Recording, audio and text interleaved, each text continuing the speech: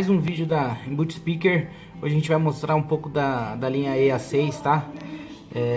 Vou puxar um pouco aqui para ver a angulação, mais fácil no vídeo. Ela é montada com angulação de 20 graus, tá? Com tweeter pivotante.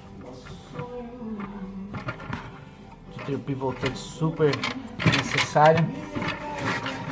A EA6 é montada com um falante de 80 para 80 watts e para 120 watts. E a gente tem a linha também EHC, né, angulado, que é uma linha mais cinema aí, tá? Vou virar ela aqui para vocês verem a parte de trás dela. Virei aqui a gente tem o borne de pressão para você colocar o fio do alto-falante, tá? O fio angulado. Vou dar uma olhada aqui na lateral dela. Quatro lados para vocês conhecerem a EA6, tá? Aqui de altura ela tem uns 12 centímetros, estando alto, tá? Então para teto de 15 centímetros dá tranquilo. Olha aqui para vocês verem. A instalação dela é feita com baffle frame, tá? Você pode instalar primeiro só essa parte branca, depois instalar só a parte preta, ou você pode instalar ela direto, tá? Colocando o parafuso aqui.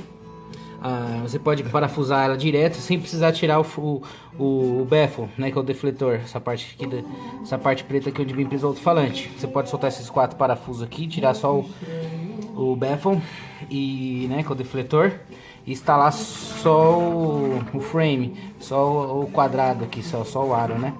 Então, para vocês conhecerem um pouco da EA6, tem a EA6, a 80 e a 6 EHC, que é a linha de home cinema, que é mais de alta fidelidade, mas essa daqui é a nossa campeã de vendas. Beleza? Entra lá em bootspeakers.com.br, seja nossa revenda e conheça um pouco mais dos nossos produtos. Obrigado, até o próximo vídeo.